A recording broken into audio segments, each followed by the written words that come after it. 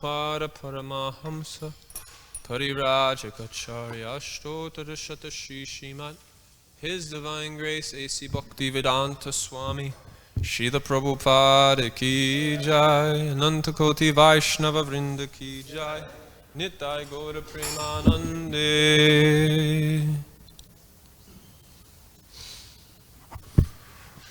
Om Namo Bhagavate Vasudevaya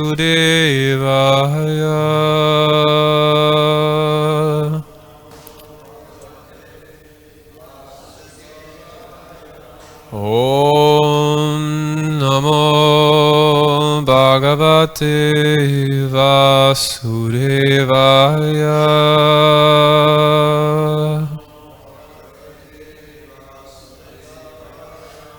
Om Namo Bhagavate Vasudevaya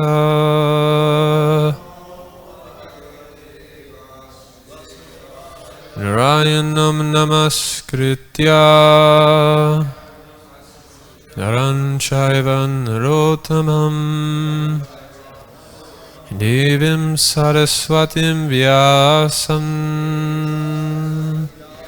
Tato Jayamudiraye Nasupraya Shurabhadreshu Nityam Bhagavata Sevaya Bhagavati Uttama Shloke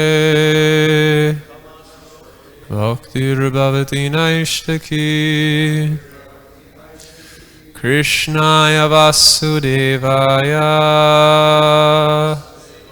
Devaki Nandanaya Cha Nanda Gopa Kumaraya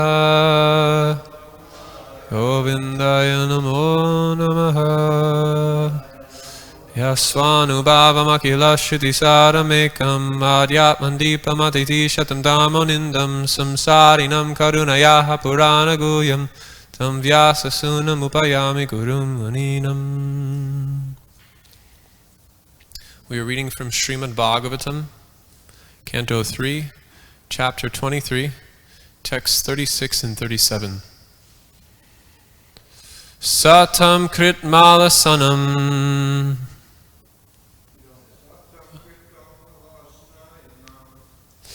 Vibranjantim Apurvata Atmanom Biratim Rupam Samvit Ruchirastanin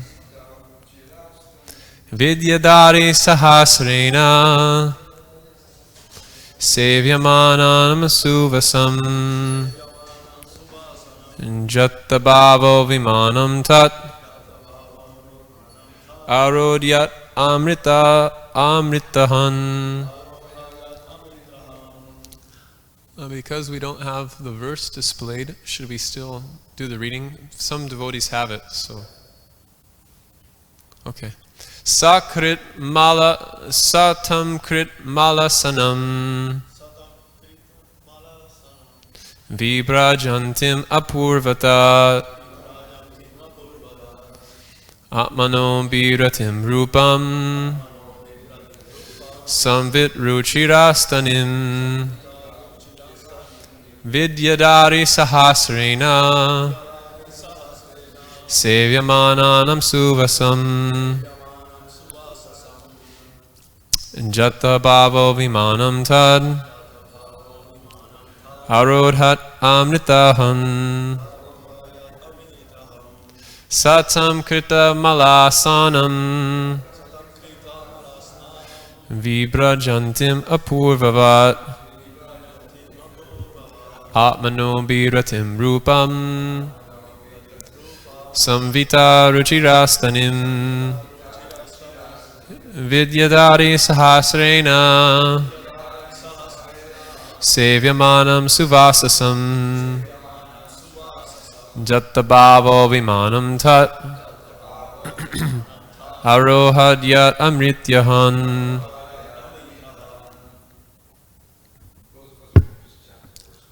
Yeah.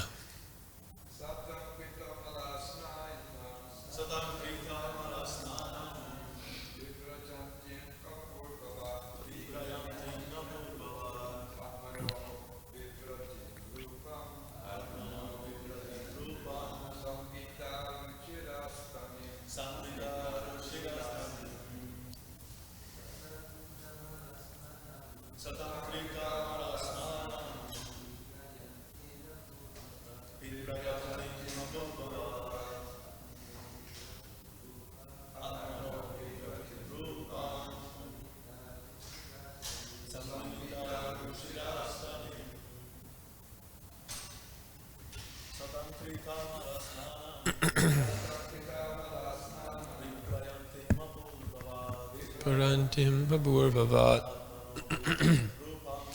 Mano Rupam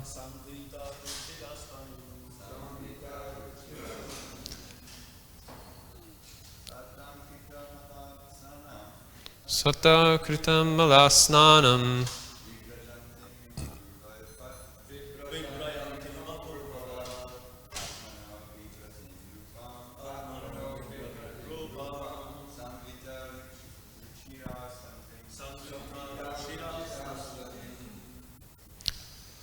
Saha Tam her Devahuti Kritamalasanam bathed cleaned Vibrajatim shining forth Apurvavat unprecedentedly Atmananam her own Bibimratim possessing Rupam beauty Samvita geared Ruchira charming Stanim with breasts Vidyadari of Gandharva girls Sahasrena by 1,000 Sevyamananam being waited upon Suvasasam dressed in excellent robes and Jatabhava struck with fondness Vimananam airplane like a mansion Tat that Arohayat he put her on board Amitrahan O destroyer of the enemy. Translation and purport by His Divine Grace, A.C. Bhaktivedanta Swami, Srila Prabhupada. The sage could see that Devahuti had washed herself clean and was shining forth as though no longer his former wife. She had regained her original beauty as the daughter of a prince. Dressed in excellent robes, her charming breasts duly girded, she was waited upon by 1,000 Gandharva girls. O destroyer of the enemy, his fondness for her grew, and he placed her on the aerial mansion. Purport. Before her marriage, when Devahuti was brought by her parents before the sage Kardama, she was the perfectly beautiful princess, and Gandharva Muni remembered her former beauty. But after her marriage, when she was engaged in the service of Kardama Muni, she neglected to care for her body like a princess, since there was no means for such care. Her husband was living in a cottage, and since she was always engaged in serving him, her royal beauty disappeared, and she became just like an ordinary maidservant.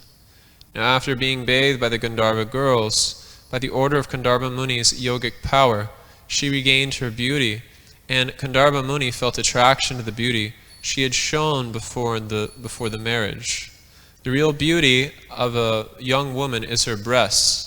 When Gandharva Muni saw the breasts of his wife so nicely decorated, increasing her beauty many times, he was attracted, even though he was a great sage.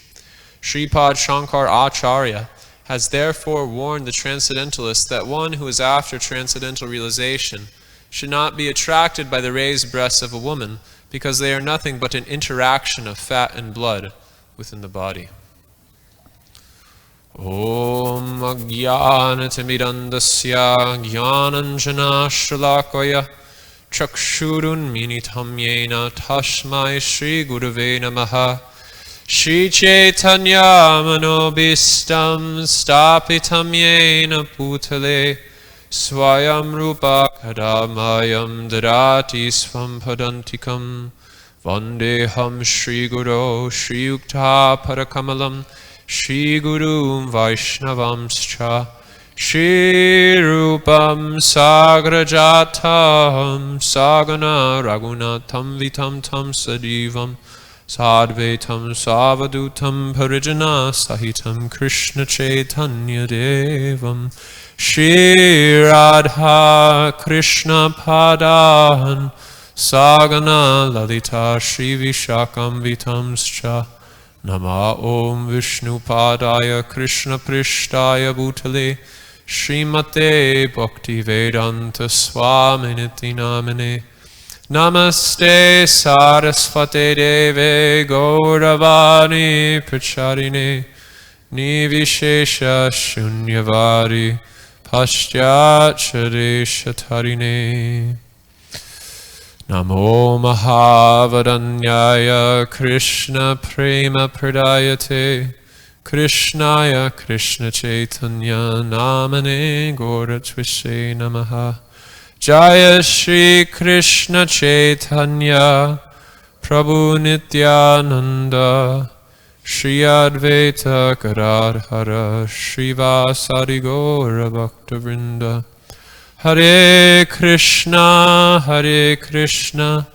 Krishna Krishna Hare Hare Hare Rama Rama Rama Hare Hare Ye Mahanta Kilahamsa Bhuta Jagat Priviti Paramartha Nagata Tite Taduchista Nisevano Me Kartum Vishudam Rachanam Pravina. In the Brihat Bhagavatam Rita, there is a series of verses describing the position of Bharat Maharaj and the position of King Parikshit. Now, although they appear to be bewildered, they actually were never bewildered. They were being conducted by the Lord's Yogamaya potency to set an example for the conditioned souls. In the same way, the Srimad Bhagavatam is dealing with all the psychological dispositions which a human being can face in the course of their sojourn through the material world.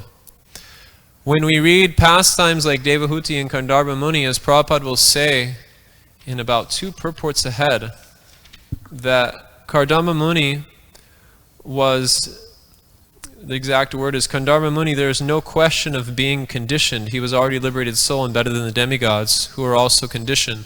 So when we see personalities like Kandharva Muni becoming attracted by the beauty of a woman, or Devahuti becoming attracted by the facility of Kandharva Muni in the Srimad Bhagavatam, we should understand that this is for our instruction, that they're appearing as ordinary people to propound extraordinary instruction for conditioned souls. With that understanding, we can see these pastimes through the guidance of the Acharyas in such a way that it leads us towards Krishna consciousness. If we see it in a mundane way, we'll never be able to understand. But what is taking place here is that the whole force of the Srimad Bhagavatam is ultimately meant to bring about a spirit of detachment from this material energy. Vairagya Vijja Nija Bhakti Yoga Shikshartham Eka Purusham Puranam Shri Krishna Chaitanyam Sharira Dari Kripam Buddhir Yasatam Maham Prapadye. That along with cultivating bhakti, the natural byproduct of bhakti is one will develop detachment. The whole Srimad Bhagavatam is simply meant to bring about devotion within the heart. Yasyam vai shriyamanayam Krishne paramapurushe bhakti upadyate pumsam soka moha payapaha. It's meant to sprout bhakti within the heart of those who hear it attentively. And a byproduct of that bhakti sprouting within the heart is detachment. What is the psychological lesson which we are meant to be learning in this pastime of the Srimad Bhagavatam to move us towards that sprouting of devotion within the heart? What we're learning about here is the sex psychology of a man and a woman. And ultimately, it doesn't matter whether one is a man or a woman, this sex psychology is there. It's even present in the animals. This sex psychology is coming from many, many lives, many, many births, and it's the thing which is binding the living entity here more than anything else. And the root of that activity is material desire, and the root of that material desire is ultimately ignorance. Avidya, kama, karmabhi. That the cause of all our material engagement in this world is due to our forgetfulness of Krishna.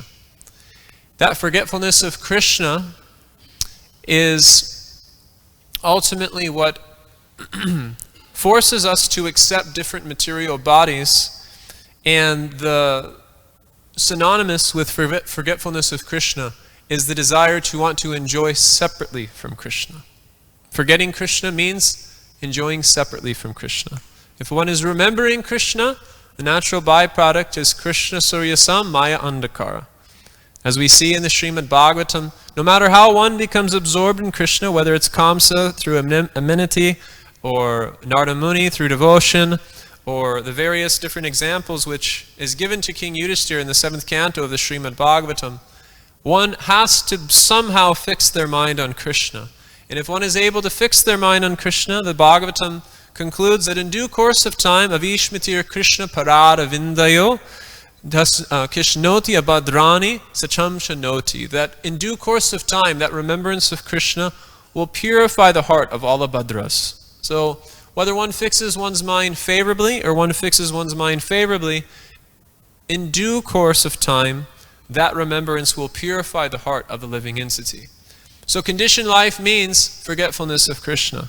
And forgetfulness of Krishna means enjoyment of the material energy.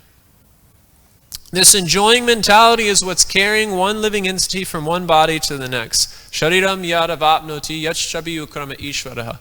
Grihe vaitani samyanti vayor gandan ivashayat. The fragrance of that materialistic disposition to enjoy separately from Krishna is carried from one body to the next, just like a fragrance is carried in the air. A flower, the fragrance of a flower is carried in the air. In order to facilitate the particular subtle disposition of the living entity, the material energy awards a body. Shotram shakshu sprasanamscha rasanam griham evacha dittasya manasayam visayam upasevate. Visayam upasevate means that according to the set of sense objects which one is attracted to, one is provided with a particular set of senses to enjoy those sense objects. So for instance, we see that if a living entity exists in the body of a cat, the cat is attracted to mice. Now, in a human being's body, we are not attracted to mice. So according to the material body which you have acquired, it indicates a particular set of sense objects which you're inherently attracted to, having acquired that body. So a man has a particular attraction and a woman has a particular attraction. And we see in the sex psychology of men and women, women are particularly attracted to men who can provide facility, men who can provide protection, and men who can provide children, a potent man. And this is because striya, woman is specifically, the word stri literally means to expand the material energy. So a woman is specifically attracted to a man who is able to help expand the facility of material enjoyment. That's why you see in advertisements, a man's sexuality is never displayed, because women are not necessarily attracted to a man's sexuality per se. Women are specifically attracted to the qualification of a man and the qualities which he carries in order to provide protection. And you see this in this pastime. Devahuti is protected by Kardama Muni, and Kardama Muni is becoming attracted by the beauty of Devahuti. This attraction to beauty is what inspires the man to work in order to provide material facility. So this is nothing against a man, this is nothing against a woman, this is just the laws of nature which allow propagation, or what's the word I'm looking for?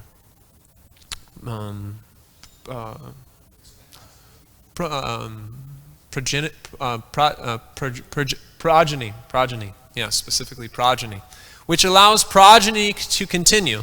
If this psychological disposition, which was inherent within material life, was not present, a man would have no reason to produce children, a woman would have no reason to bear children. But because of this particular psychological disposition, Maya is able to facilitate the expansion of living entities within this world.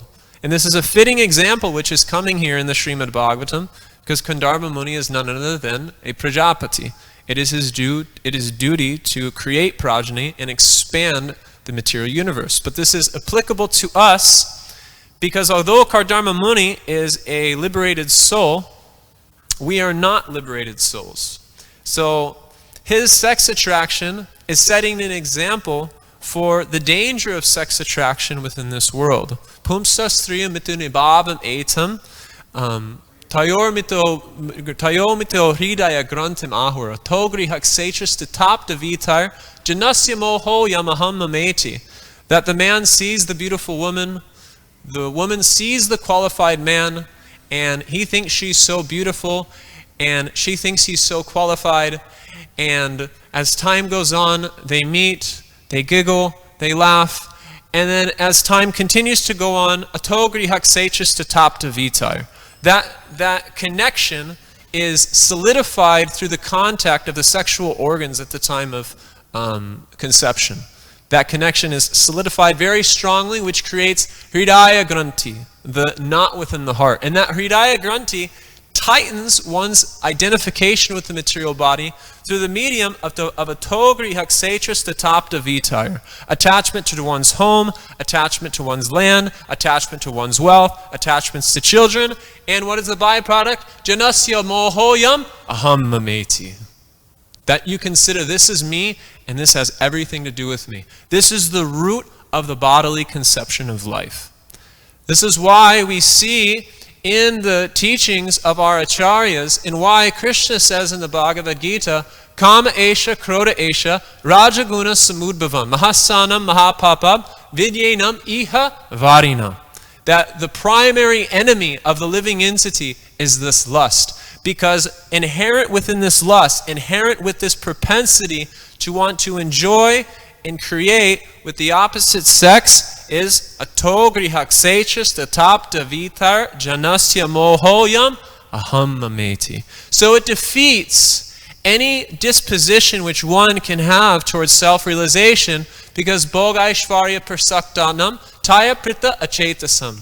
Vyasyatma kabud here, samuvdo navidiyate. That one loses their determination, being bewildered by bhoga and aishvarya, which comes along with the children, which comes along with the house, which comes along with the wealth, which comes along with the facility, which comes along with the identification of the wife saying, my dear husband, children saying, daddy, daddy, mommy, mommy. This tightens the heart in such a strong way that one doesn't even consider that there's anything beyond. So that's why Prahlad Maharaj says, Matir Krishna, Matir Krishne Paratasvatova, Mitopi Padyeta Grihat Vratanam, Adanta Go Bir Vishatam Tamishram, Punas Charvita Charvaranam.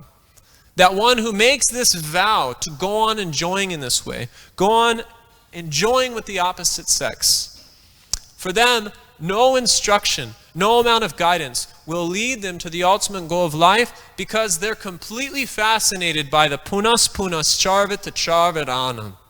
What I often explain to the college students whenever we speak on this verse is that imagine you're walking around on a college campus and you see a piece of gum on the ground, and then you go and said, I'd really like to have a piece of gum today, and this one looks free. And you go over there with a little scraper and you scrape the gum off the ground and you throw it in your mouth and you start chewing. This is material enjoyment.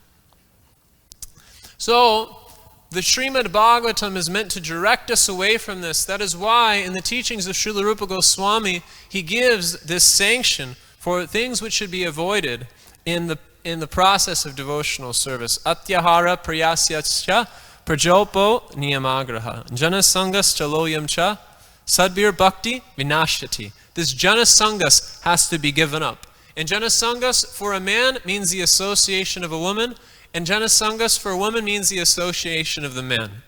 And unless one associates through the constitution of marriage, that association will completely bewilder one's determination to make advancement in spiritual life. This is why in Vedic culture there is a separation of men and women, and in Western society which is led by egalitarian principles, this seems completely unreasonable, completely illogical. But it's because the function of the goal of life is completely different. In Vedic society, the goal of life is prema pumartha mahan. I am giving up this identification with the material body, and etam sahastaya parat manishtam adyarashi tam purat maharshabhi. Aham turishyami durata param tamoma angrini visheva yaiva. In this life, I will cross the ocean of birth and death, and I will attain the lotus feet of Lord Mukunda. And this has been approved by all the previous acharyas. This is the goal of life in Vedic society. So the culture is organized in order to facilitate that goal of life. Now, if the goal of life is simply this punas charvita charvanadam, then yes, the loose association of men and women is very convenient, is very fascinating, and is very wonderful in order to achieve the ends of that exploitative society. But actually, this association should be given up. But as we learn in the Bhagavad Gita, Visaya vinivartante nirashasya sadehinam rasovarjam rasopiyasya param drisva nivartate. That in order to give up such attractions, one has to develop a higher taste. In the Bhagavad Gita, we hear, Ujram malam madashaktam ashvatam prabhur avayam tadasmi yasya parami yastam veda savedavit. That this world is a numerous banyan tree with its roots going up and its branches down. The branches rest on the water of this material world, and the roots go up into the spiritual world, where the unlimited abode of Chintamani Prakara Sadmasukalpa Vriksha, where the stones are made of Chintamani and the trees are made out of Kalpa Vriksha trees, wish-fulfilling trees. This is the reality. So this attraction between man and woman, this psychology, this sex psychology, it is only existing within the conditioned soul due to the adiras which is existing in the spiritual world. The attraction between Radha and Krishna, when reflected into this world, which is the highest standard of love, the highest standard of selflessness, the highest standard of service, when reflected into this world, it's reflected through the sexual attraction of men and women, which functions on the basis of exploitation in the bodily conception of life. So how do we move towards this reality? How do we move to that standard of devotion? Well, we understand that Sri Chaitanya Mahaprabhu, Radha Krishna Pranaya Vrikatir Ladini Shakti Rasma Ekap Atma Bhuvi Purada Deham Betam Katoto Chaitam Akyam Prakatam Aruna Tatvayam Chaikyam Aptam Radha Bhava Duti Svalitam Nalmi Krishna Swarupam. That Radha and Krishna, who are existing as two transcendental personalities enjoying exchange of the highest love and the highest satisfaction, although eternally existing as two, have become one in the form of Sri Chaitanya Mahaprabhu. So by taking shelter of Sri Chaitanya Mahaprabhu's process, which is specifically Aradayo Bhagavan Vrajeshas Taniyas Tadama Vrindavanam Ramyam Kachiru Pasanam Rajavadur Vargyena Yakalpita Srimad Bhagavatam Pramanam Amalam Premam Pumarto Maham Sri Chaitanya Mahaprabhu Tamamidam Tato Dorona Para. That Aradayo Bhagavan Vrajeshas, that the only conception of Bhagavan which Sri Chaitanya Mahaprabhu carries is the conception of Krishna in Vrindavan. This is the highest conception of eternality. This is the highest conception of Bhagavan. And although there may be other conceptions of Bhagavan, the highest goal of any Gaudiya Vaishnava is to move towards Krishna. And that Krishna is non-different from his abode of Vrindavan. And the highest mood of worship which is existing in the spiritual world is this devotion which is coming from the heart of the gopis of Vrindavan. And all of this is confirmed by the Srimad Bhagavatam, and the ultimate goal of life is Krishna Prema.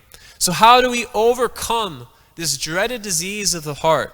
Sri Chaitanya Mahaprabhu recommends Vikrititam Rajavadur Itatam cha Vishnu Shradanvito Nashunayat Atavardan Yedyat Bhaktim Param Bhagavati Pratilabhya Kaman Hidroga Apsu Apahita Charena Dira. That one has to hear the pastimes of the Srimad Bhagavatam with full attention. If one takes shelter of Srimad Bhagavatam through the lens of Sri Chaitanya Mahaprabhu's teachings, Bhaktisiddhanta Saraswati said that before one studies Srimad Bhagavatam, one should study and understand the Chaitanya Charitamrita, because it's actually not possible to understand the Srimad Bhagavatam without the Chaitanya Charitamrita.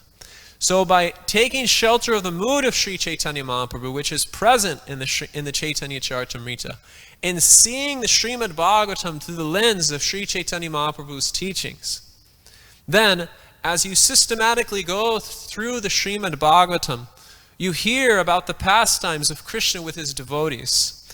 And this attraction for these pastimes of Krishna with his devotees, by hearing them over and over and over again, Shrinvatam Swakata Krishna Punya Shravana Kirtana Hridantyastohi Badrani Vidu Noti Saritsatam.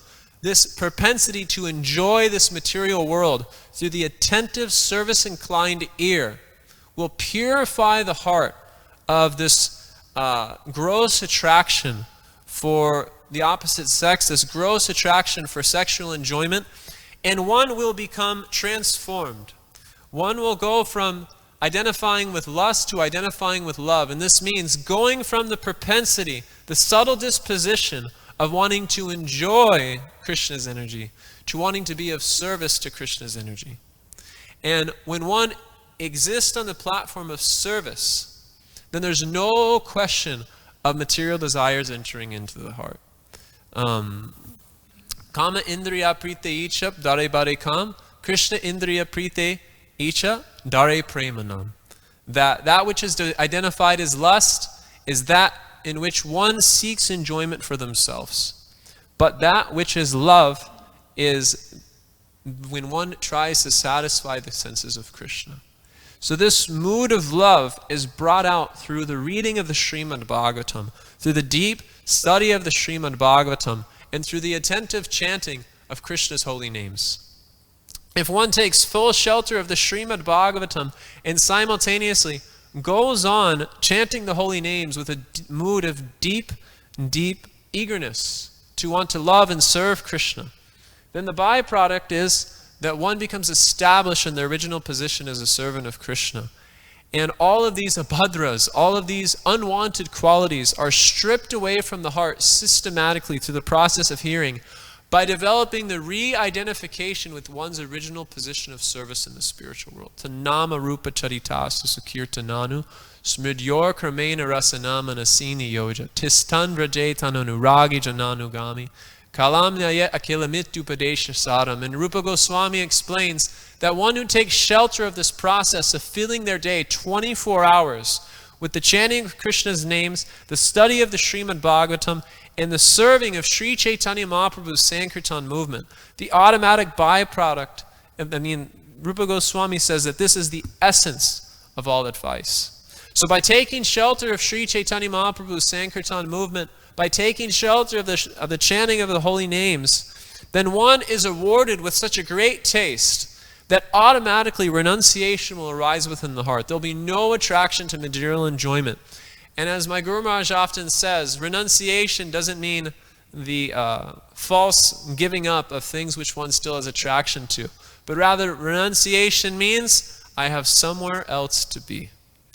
So the attractions of this world, we're very interested in them, we're very fascinated by them, but when we become aware of the pastimes of Krishna and Vrindavan, Anugrahaya bhaktana manushyam dehamashrata. Anugrahaya means it binds us. Our consciousness becomes bound by those pastimes which Krishna displays in this world with the residents of Vrindavan. Our heart becomes bounded by those pastimes, and the natural byproduct is that we desire to participate in those pastimes in a mood of love and service. And as the verse was saying, Vikrititam brajavadur ititam to Vishnu, Shradanvito nashunayet atavaranyedyat. Bhaktim param bhagavati pratilabhyakaman, hirog ashaba dehit dicharena dira. Sukadeva Goswami is saying that one who hears these pastimes of Krishna, then the automatic byproduct of hearing these pastimes is that one loses all attraction for the dreaded disease of lust, which torments and tortures the heart. Hare Krishna.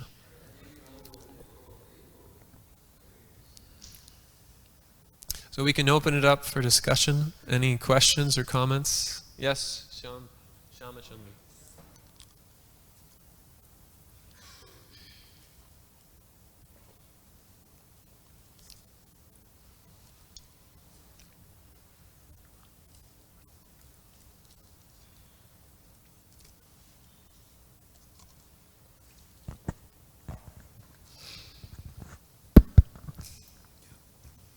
Thank you for the nice class, Prabhu. Very wonderful.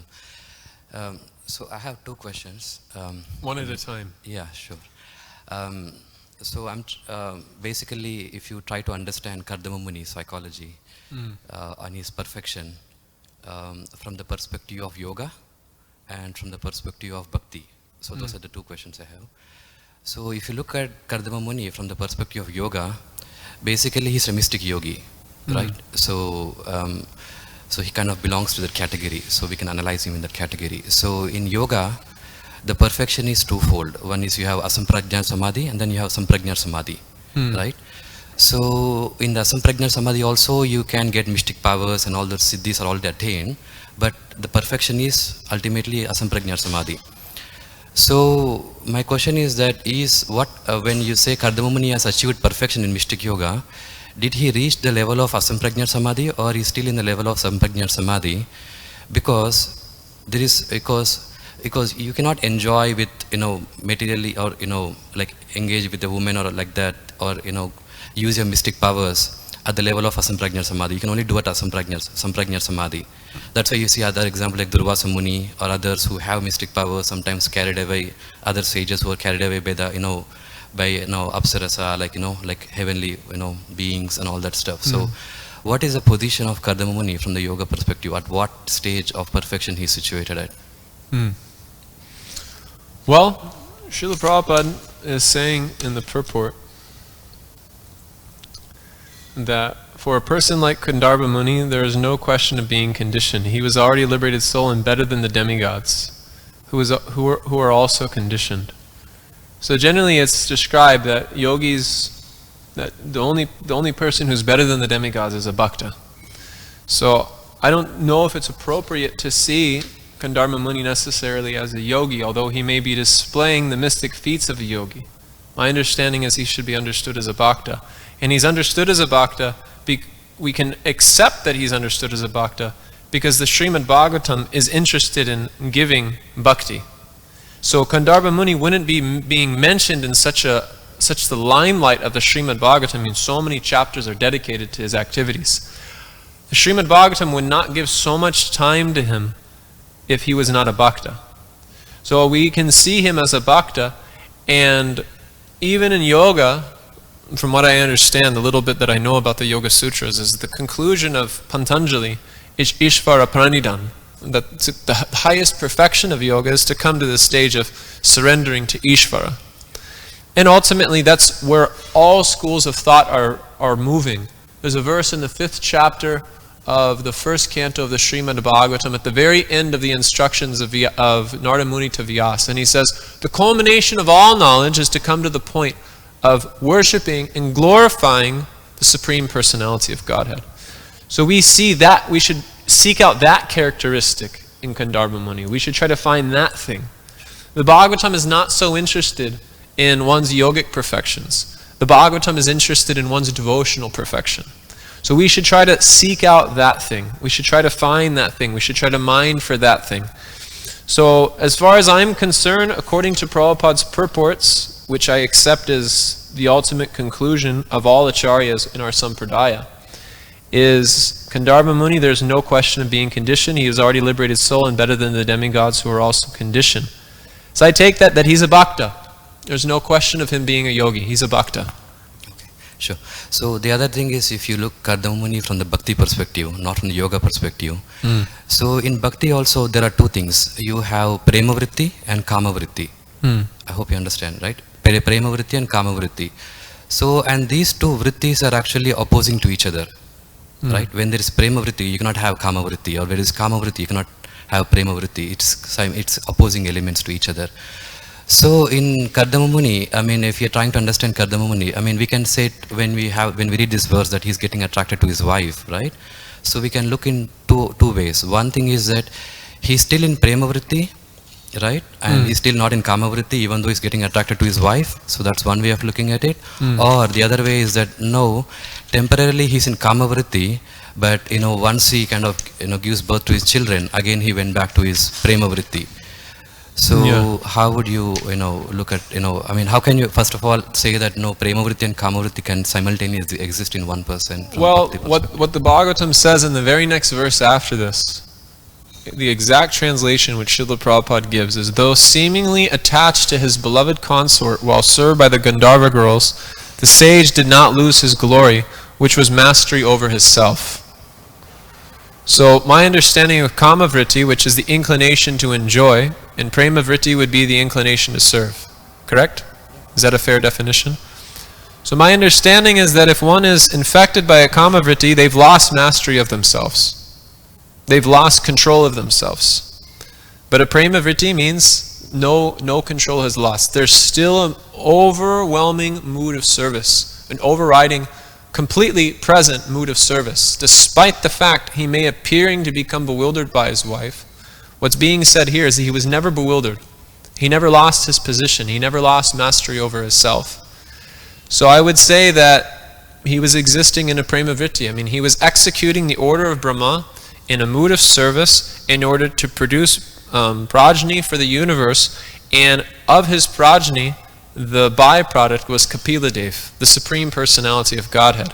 So we can immediately understand, just seeing what the pralena prachiyate, the byproduct of his sexual intercourse was Kapila Dev.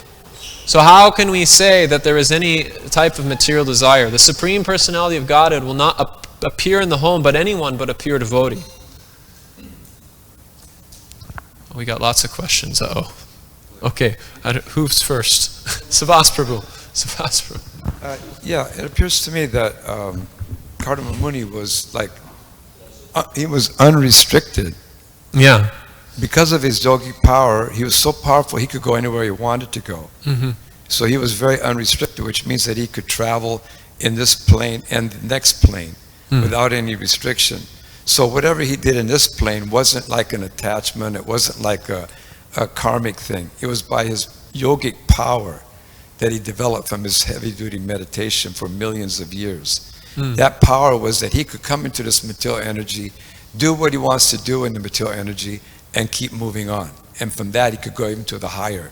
Yeah. So he was an unrestricted spirit soul. And that doing what he wants to do means in the context of service. Yes. Because you can't do what you want to do if you want to enjoy. That's you get right. bounded by the shackles. You're bounded, as yeah. you were saying in your class. Yeah. He was not bound by any of the shackles. Yeah. And we can see as soon as he produced Kapila Dev, he was off. And he even made that restriction prior. Yeah. He only took on that situation for progeny, but then he also said, I'm gone after a certain point. Correct. Satchidanoi and then Ganganath Prabhu. Yeah, I think it's already said, but I have more or less the same understanding that there's a principle called anasaktasya visayan kartaham itpayanyate nirvana krishna sambandhe yukta vairagya uchate.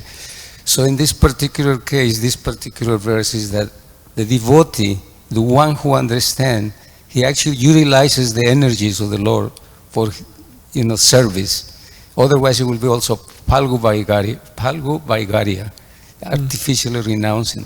So he was a service. He was doing this as service. And someone might still think, well, but how is it? To me, it appears that there's some material things going on there, because we are, in our conception, we are perceiving it that way because we're so conditioned. And there's another example of King Priyavrata. He actually was doing meditation. He was totally, his mind was going back to Godhead, nothing to do with this material world. And then he was preached by his father, and the Lord Brahma, and then even, I'm not sure that Vishnu himself came, or Krishna, to assure him, don't worry, you will enjoy for many, many years. See, he will enjoy, rule this government. He didn't want to rule the government, the universe. But along with that, it will be a lot of material enjoyment. But it was a service, just like you just mentioned too. He's doing this as a service. The Lord is going to come through him and through his wife.